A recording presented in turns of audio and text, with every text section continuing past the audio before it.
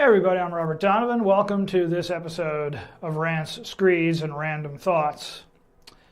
I was going to do this episode a little sooner, but alas, Richard Hatch passed away, and I'm still working through some technical difficulties here, so I decided to wait until now.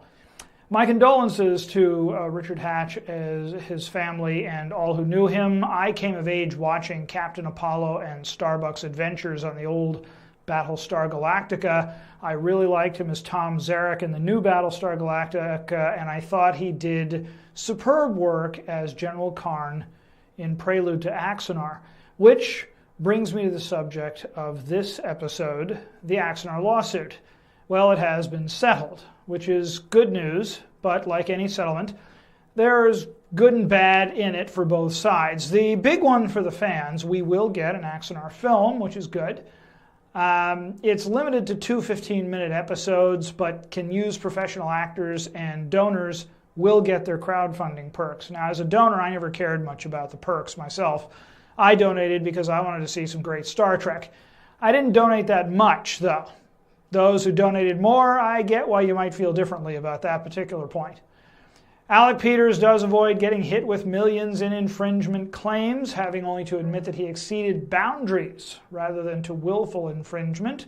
And I think that's fair, given that we had several long-run fan films, such as Of Gods and Men, Star Trek Renegades, and Star Trek Horizon, with nary a peep from CBS or Paramount, not to mention full-blown fan series, such as Star Trek Continues and Star Trek New Voyages.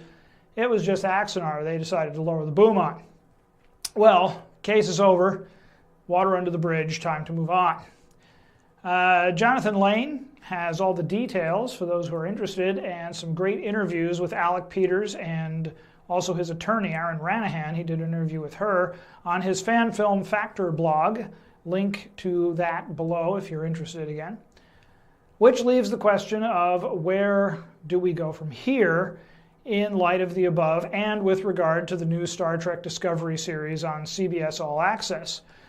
Now, Jonathan Lane is also running the Project Small Access Facebook group as a fan effort to try to get CBS and Paramount to loosen the fan film guidelines. The basic plan is to have one person subscribe to CBS All Access, invite friends over for a viewing party, and Jonathan and the other participants are hoping that CBS/Paramount will look at this in terms of all the non-paying viewers they might get if they only lightened up the fan film guidelines. And my view on that is that CBS will not see this as a protest, but rather as an affirmation by loyal fans of all of whom, by the way, will be adding their views and watch time to every time they subscribe. And since advertising is all about views and watch time, and adding to them doesn't help convince CBS or Paramount to revise the fan film guidelines, nevertheless, I don't think that plan is going to work. But I am a member of the Project Small Access group, and I still push the don't watch, don't subscribe, no subs, no views approach to All Access, because I think that that's really the better way to go. Unfortunately, I am vastly in the minority on that, so joining Project Small Access didn't seem like there was much to lose, and I won't be participating in the subscription or the viewing groups. So, you know, this is, since if you wanted to help out the fan effort, joining Project Small Access, and the real reason I have joined and support them is that it's free, and it ups their membership numbers, which I think is important, because I want to suggest another possibility for the Project Small Access guys to organize the fans of all stripes and genres, not to go after CBS or Paramount, but to change the copyright laws themselves. The higher the membership numbers for that, the more effective such an effort is likely to be. Now, in my opinion, the problem with Axanar and CBS and Paramount and Disney, and, well, particularly Disney, we'll get to that in a minute, but I think it's all a symptom of broken U.S. copyright laws. Now, the purpose of copyright was never that someone owned intellectual property as a monopoly, without competition, that is, in perpetuity. The purpose of copyright is to encourage the advancement of the arts by granting a temporary first mover monopoly to the original creator of a work of art. And I have no problem with that, right? But the original copyright was 14 and 14. That's 14 years for the copyright term with one 14-year renewal after the first one expired if the original author was still alive by then. Now, there was also a requirement at that point for registration and use of a copyright notice, and if you didn't do that, your work immediately entered the public domain.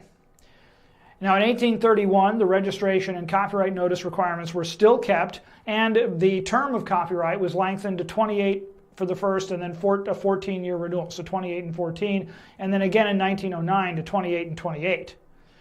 Now, very few works were actually copyrighted for that long, and very, very few people even bothered to register their copyrights. Now, you'll notice that the 17th, the 18th, and 19th centuries did not suffer from a dearth of creativity because of those short copyrights. So all this nonsense you hear about, oh, it stifles creativity when you have to worry about piracy. Nonsense. If anything, there's an impetus to creativity. You want to create something new before it gets pirated.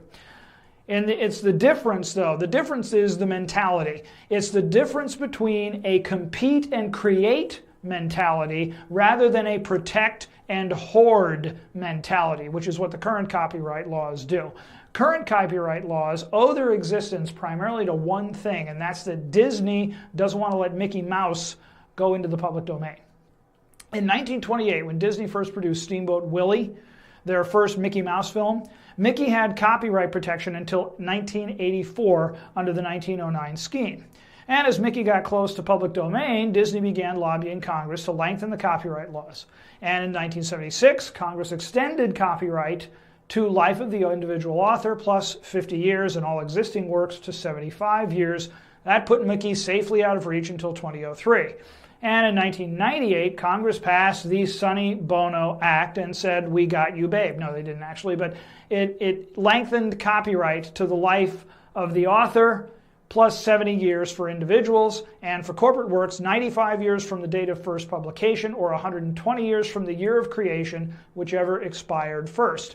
So Mickey is now safe until 2023. Enough. All right, enough. Few, if any of those at Disney, were even born when Steamboat Willie was created and are in fact living like leeches entirely on works derived from the original works of Walt Disney. Isn't this the very thing they accuse people of in infringement cases? Thanks to century-long terms of copyright that we have now, what we've got now is a group of people who didn't create Steamboat Willie using work derived therefrom to make money and telling another group of people who also created none of the original material they can't do the exact same thing. It is time to let Mickey go and force the leeches at Disney to do the same thing they insist in every copyright case that everyone else do. Create something original. Returning to the 1909 or even the 1831 scheme for individuals and corporations and letting all works over 50 years go into the public domain as of 2023 would allow reasonable copyright protection without permitting corporate hoarding of cultural works in perpetuity. We are the first generation to deny our own culture to ourselves because of this. That's what this copyright is doing. Furthermore, the mere act or the mere fact of Mickey in the public domain, that does not prevent Disney from creating more Mickey Mouse material. It simply allows others to do the same at long last.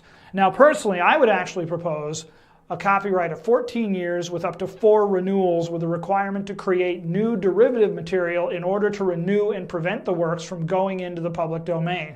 The derivative work would still, of course, get its own copyright, but this requirement would force creators to innovate rather than to hoard intellectual property.